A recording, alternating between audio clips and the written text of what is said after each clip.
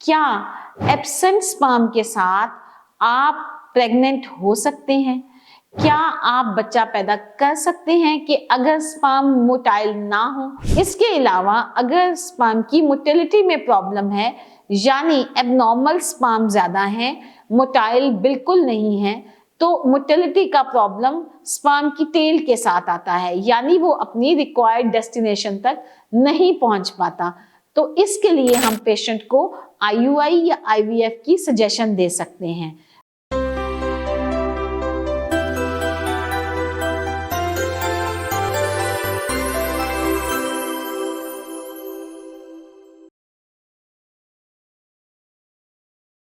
Doctor Sumbal Afzal, आज आपके साथ जो बहुत ही इम्पॉर्टेंट टॉपिक शेयर करना चाहूँगी, उसमें सबसे इम्पॉर्टेंट बात है मेल इनफर्टिलिटी, यानी वो कपल जो कंसीव करना चाहते हैं, 2 साल शादी को हो गए हैं, इकट्ठे रह रहे हैं, मगर हमल नहीं हो पा रहा।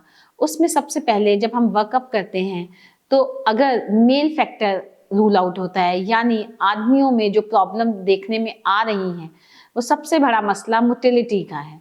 काउंट हम नॉर्मली, जो मैं आपको बताना चाहूंगी इस वीडियो के रेफरेंस से, कि आपको सीमन एनालिसिस में क्या देखना है।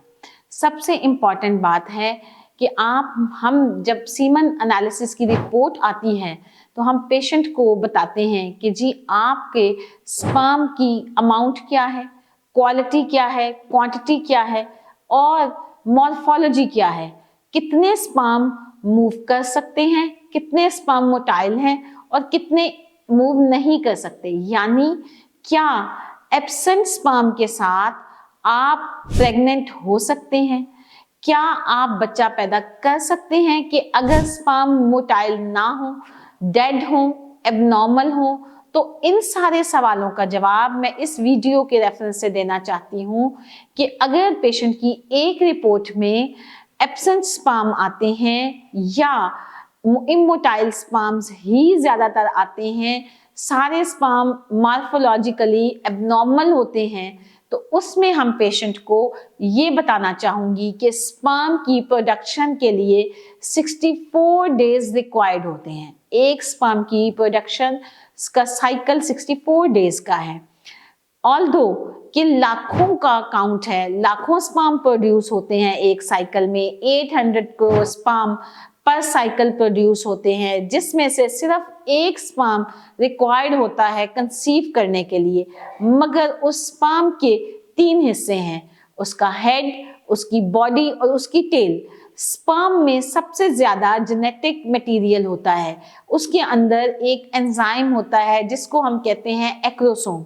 जब स्पर्म का हेड एग के साथ यूनाइट करता है तो उसके अंदर से जो एंजाइम रिलीज होता है वो एग के शेल को डिसॉल्व करता है, यानी एक्रोसोम उसको मेल्ट करता है और उसका जेनेटिक मटेरियल एग के साथ यूनाइट होता है और एम्ब्रियो बनता है।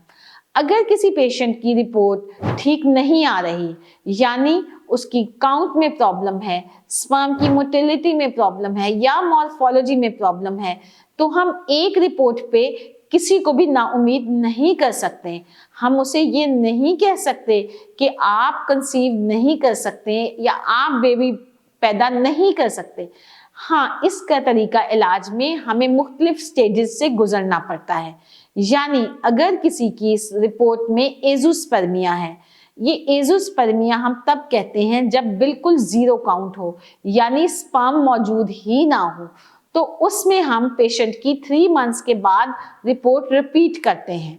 अगर स्टिल रिपोर्ट वही आ रही हो तो फिर हम उसको तरीका इलाज बताते हैं IVF, यानी ICSI, यानी उसमें हम बायोप्सी करेंगे टेस्टिस से, उसमें अगर स्पर्म डायग्नोज हो जाता है तो उसको अवेल करके हम पेशेंट को टेस्ट ट्यूब बेबी का मशवरा दे सकते हैं। तो 0 स्पर्म काउंट के साथ भी आप कंसीव कर सकते हैं। इसके अलावा अगर स्पर्म की मोटिलिटी में प्रॉब्लम है, यानी एबनॉर्मल स्पर्म ज्यादा है, मोटाइल बिल्कुल नहीं है, तो मोटिलिटी का प्रॉब्लम स्पर्म की टेल के साथ आता है, यानी वो अपनी रिक्वायर्ड डेस्टिनेशन तक नहीं पहुंच पाता। तो इसके लिए हम पेशेंट को IUI या IVF की सजेशन दे सकते हैं। तो अगर मोटिलिटी या मॉर्फोलॉजी का भी प्रॉब्लम है तो उसके साथ भी आप कंसीव कर सकते हैं। बिल्कुल आप ना उम्मीद ना होइए, हर चीज का हल अल्लाह ने हमारे लिए बिल्कुल तजवीज़ रखा हुआ है और हमारी मेडिकल साइंस में अब IUI और IVF के थ्रू तरीका इलाज मुमकिन है। तो खुश रहें, आप भी अपना बेबी पैदा कर सकते हैं और आप भी माँ बाप बन सकते हैं। शुक्रिया।